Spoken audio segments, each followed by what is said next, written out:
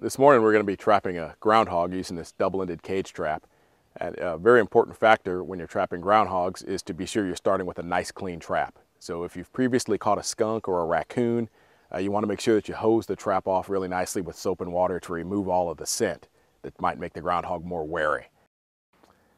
When you're trapping groundhogs, you want to make sure that you are trapping an active den. You want to avoid the holes that have spider webs, leaf litter, a lot of sticks laying in them, because that lets you know the groundhog is not using it frequently. But the one here is being used on a regular basis, nice freshly turned soil, so we know that groundhog is going in and out of here several times a day. Groundhogs are attracted to a wide variety of fruits. In this case, we're going to be using a nice fresh red apple, but you might also be successful using cantaloupe, watermelon, pears, any nice colorful fruit is going to be attractive to groundhogs. You just want to make sure that you've cut it up into manageable pieces like we've done here with this apple, so that you can lay pieces from the hole to your trap.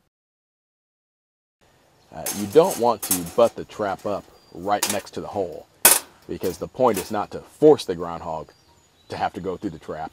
The point is to come a few feet away and lure him into the trap using the bait that we've prepared.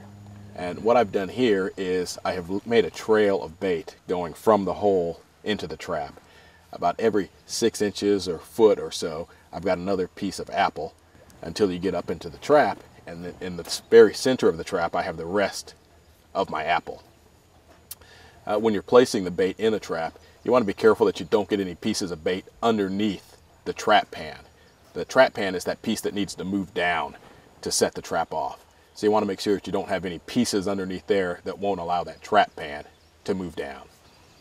Groundhogs are mostly active during the day, so you want to be sure that you check your trap several times throughout the day, especially in the morning.